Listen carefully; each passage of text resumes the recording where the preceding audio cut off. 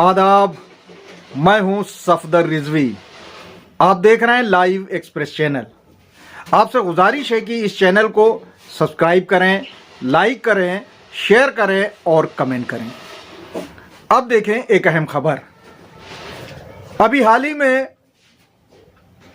कौम के कायद कहे जाने वाले मौलाना कल्बे जवाद को ईरान में आयतुल्ला खोमैनी के नाम से एक अवार्ड मिला है। हालांकि आयतुल्ला खोमैनी का नाम पूरी दुनिया में बड़ी ही इज्जत के साथ लिया जाता है, एहतराम के साथ लिया जाता है और ऐसा माना जाता है कि अगर कोई अवार्ड किसी को दिया जाए तो उसका नाम भी इज्जत व एहतराम के साथ लिया जाए। लेकिन मौलाना कल्बे जवाद का नाम कंट्रोवर्शियल है, विवादों में है। कब्रों को बेचने वाला, वक्फ को बर्बाद करने वाला और समाज सुधारों के नाम पर कलंक के तौर पर देखा गया। हमारे साथ जमीर नकवी साहब हैं जो कभी मौलाना कल्बे जवाद के हम नेवाला और हम प्याला हुआ करते थे। अगर ये कहा जाए कि जमीर नकवी साहब जितने नज़दीक से मौलाना कल्बे जवाद को जानते हैं, शायद उतनी नज़दीक से दूसरा कोई नहीं जानता। सिर्फ जमीर नकवी साहब ही नहीं बल्कि मौलाना ज़हीर इफ्तिखारी साहब के विचार मौलाना कल्बे जवाद के बारे में क्या है, हम उसे भी सुनवाने की कोशिश करेंगे। लेकिन सबसे पहले बातचीत का आगाज करते हैं जमीर नकवी साहब से। जमीर नकवी साहब, आपने देखा होगा कि मौलाना कल्बे जवाद साहब को ईरान में आयतुल्ला खोमैनी के नाम पर एक अवार्ड मिला।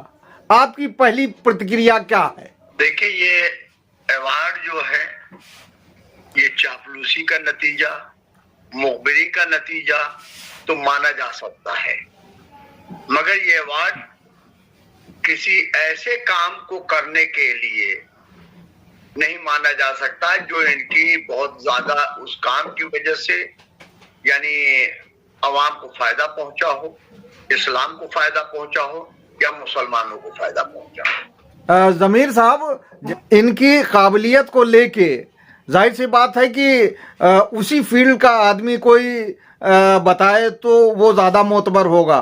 तो मौलाना ज़हीर इफ्तिखारी साहब ने बड़ी लंबी चौड़ी वीडियो अपने आप बनाई थी और उसमें कहा था कि इनकी काबिलियत ये है कि ये ना तो फारसी इबारत का तर्जुमा कर सकते हैं ना अरबी की इबारत का तर्जुमा कर सकते हैं। आप बहुत करीब से उनको जानते हैं, मौलाना कल्बे जवाद साहब को, उनके साथ रहे हैं, बरसों तक साथ रहे हैं, उनके साथ काम किया है, उनको एडवाइस की है। आप मौलाना ज़हीर इफ्तिखारी साहब की के कमेंट से कितने मुत्तफिक हैं? मैं 100% ज़हीर इफ्तिखारी साहब के कमेंट से मुतमईन हूँ, मुत्तफिक हूँ। और उसकी वजह यह है कि इनके पास यानी एक बहुत ही काबिल तरीन इंसान मौलाना आसिफ जायसी है, जो इनके सारी चीजों पर यानी लिखते वो है, सारी मेहनत उनकी रहती है, रिसर्च उनकी रहती है, नाम इनका रहता है। इसके अलावा इनका कोई योगदान नहीं है। असल अवार्ड के काबिल, आयतुल्ला खोमैनी अवार्ड के काबिल जो था वो तो आसिफ जायसी है, जो पर्दे के पीछे सारी मेहनत कर रहे हैं, जो इनकी इल्मी लियाकतों को करतास पर उतार करके जो सबके सामने कर रहे हैं, ईरान गवर्नमेंट के सामने कर रहे हैं, जिन्होंने आयतुल्ला यानी गुफरान माफ पर पूरी रिसर्च की और वो इनके नाम से की, वरना इनको तो ABCD नहीं मालूम हो गई उस किताब में क्या इबारत है क्या नहीं है। तो आप इसी चीज को मान लीजिए। जमीर साहब, जमीर साहब, जैसा कि आपने बताया कि ये दूसरों की उपलब्धियों को अपनी झोली में भर लेते हैं और इनके नाम से मशहूर होता है कि इन्होंने ये किया। जैसा कि आपने मौलाना आसिफ जायसी साहब का नाम लिया कि मेहनत उनकी होती है और उसका फायदा ये उठाते हैं।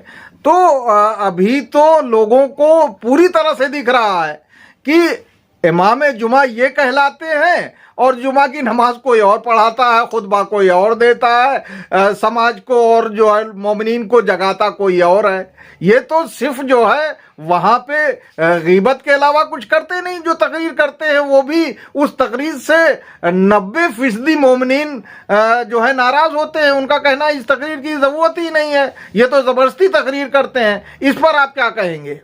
अब फिर मैं आपसे कहूं कि इनको हवस है हर चीज पर बैठ जाने की। इनको हवस इतनी है कि इनको मौका मिले तो प्रेसिडेंट ऑफ इंडिया की कुर्सी पर बैठ जाए, मौका मिले अगर चालबाजी में कामयाब हो जाए तो प्रधानमंत्री हो जाइए। इनको हर चीज की हवस है, इसलिए इमाम जुमा की ये पदवी नहीं छोड़ रहे हैं। अपना एक फर्जी डमी से इमामत करवा रहे हैं जो कि गलत है। भाई आपको क्या है, भाई अगर आप इस काबिल नहीं है तो आप इस्तीफा दे दीजिए, उसी को आप परमानेंट कर दीजिए, मगर नाम अपने तनख्वाह अपने वसूलेंगे, उसको उससे नमाज पढ़वाएंगे। ये कहाँ तक जायज है? कल एक साहब आए मेरे पास, अरशद साहब हैं, अरशद रिजी साहब पीर बुखारा से, तो उनसे बात थी। बातों में उन्होंने कहा कि मैं गया था जुमे की नमाज पढ़ने के लिए, परसों जुमे की नमाज पढ़ने के लिए, वो मेरी कैप जो थी वो वजू करने में हौज में गिर गई। तो मैंने कहा करे वही जुमा मस्जिद वही आसवी में, तो मैंने कहा क्या इनके पीछे नमाज पढ़ते? करे नहीं, वहां नमाज दूसरा पढ़ाता है, इसलिए मजमा है। अगर ये पढ़ा तो वो मजमा गायब हो जाए। यानी अब आप ये समझ लीजिए कि लोग इनके पीछे नमाज पढ़ना भी कराहियत और गलत समझ रहे हैं। अच्छा जमीर साहब, जैसा कि अवार्ड का नाम है आयतुल्ला इमाम खुमैनी के नाम पर अवार्ड, तो क्या आयतुल्ला इमाम खुमैनी ने कभी झूठ बोला होगा? क्या कभी उन्होंने कब्रों को बेचने और उसके लिए बड़ी बड़ी रकम लेने वालों की सराहना की होगी?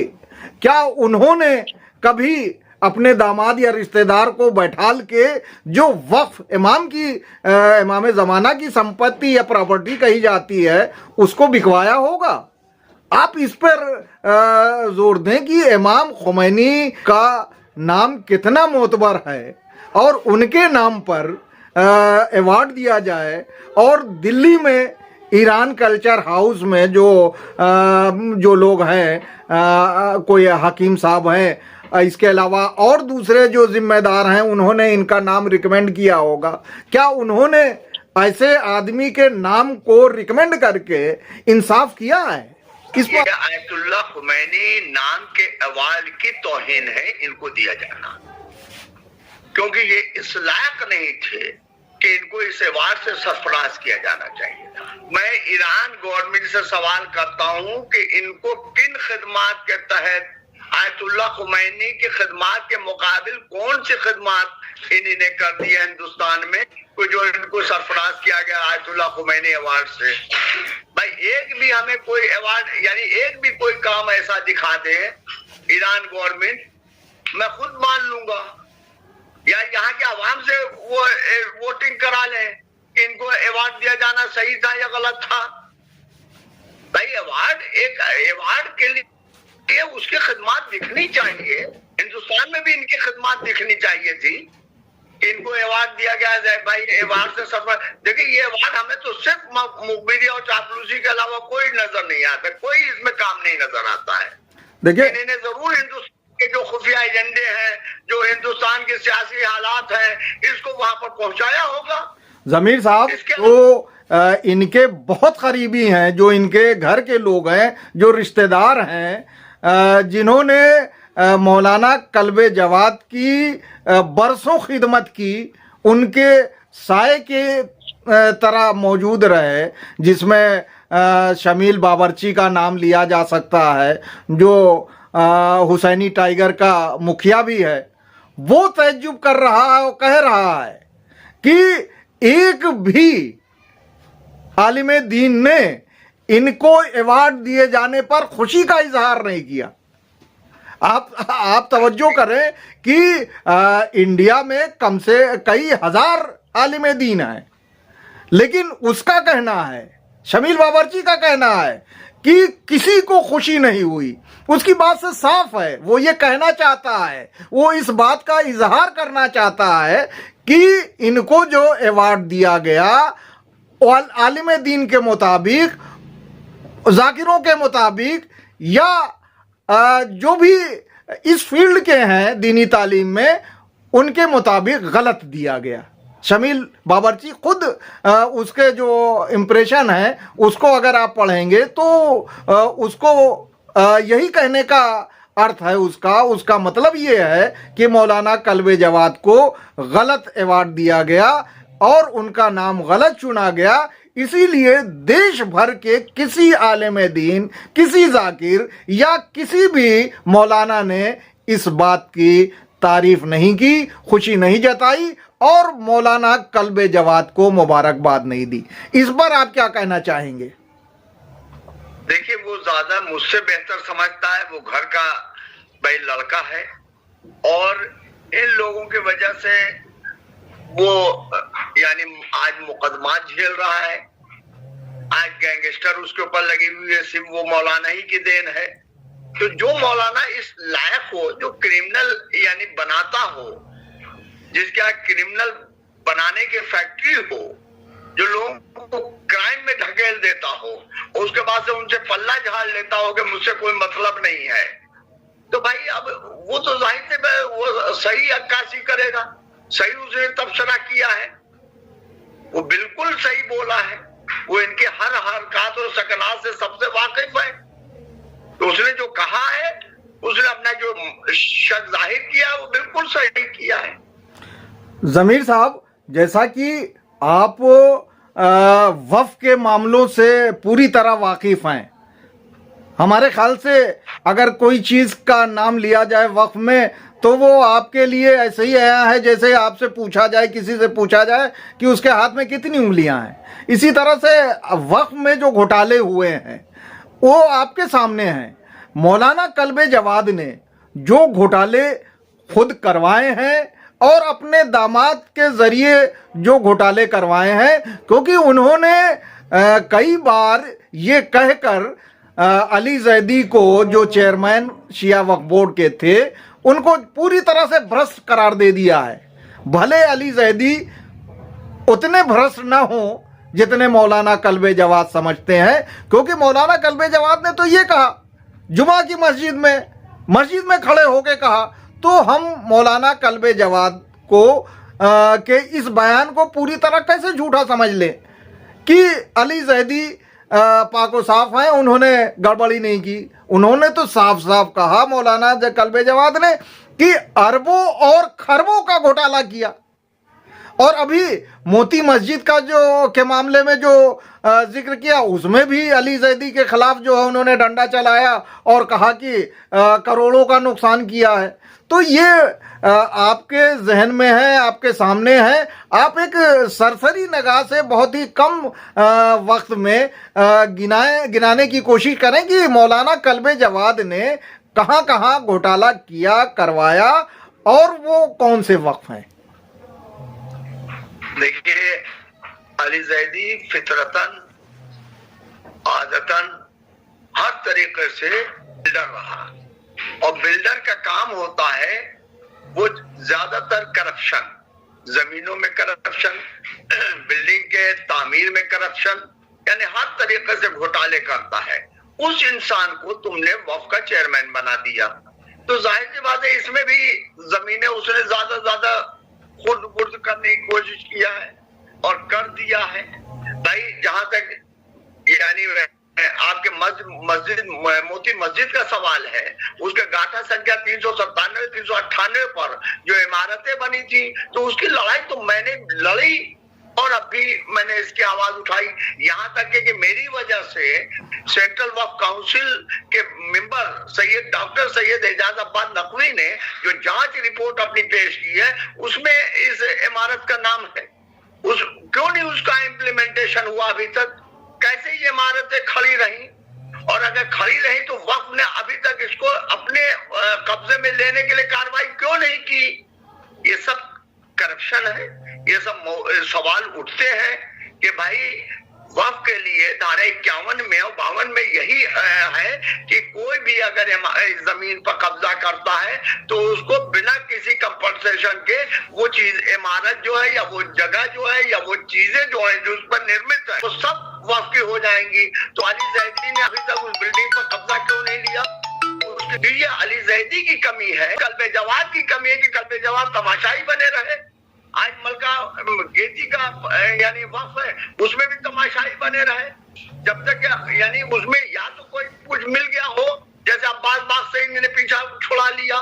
भाई ऐसे ये तो हर काम कर रहे हैं। आलमनगर में इन्होंने यानी वक्फ के नाम पर आपने सरकारी जमीन पब्लिक में बांट दिया और रसीद जो काटी है वो रसीद मदरसतुल वाइजीन के चांसलर होने की काटी है आपने।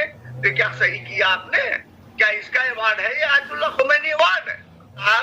12,34,65,300 रुपए का आरसी काटी है सरकार ने इस करप्शन के खिलाफ। तो जिस आदमी के ऊपर हिंदुस्तान में 12,34,65,300 रुपए की आरसी कटी हो, जो बेईमानी और करप्शन में मुब्तला हो, उस आदमी को आयतुल्लाह खुमैनी अवार्ड से सरफराज किया जा रहा है। ये तो ईरान गवर्नमेंट की तौहीन है। ये तो हमें ऐसे लोगों के ऊपर, ऐसे हुक्कामों पर जो प्रेसिडेंट ऑफ ईरान है उसकी मजम्मत की जाना चाहिए इस सिलसिले में कि उसने किस बात का अवार्ड दिया। हम इस बातचीत की दूसरी किश्त जल्द पेश करेंगे।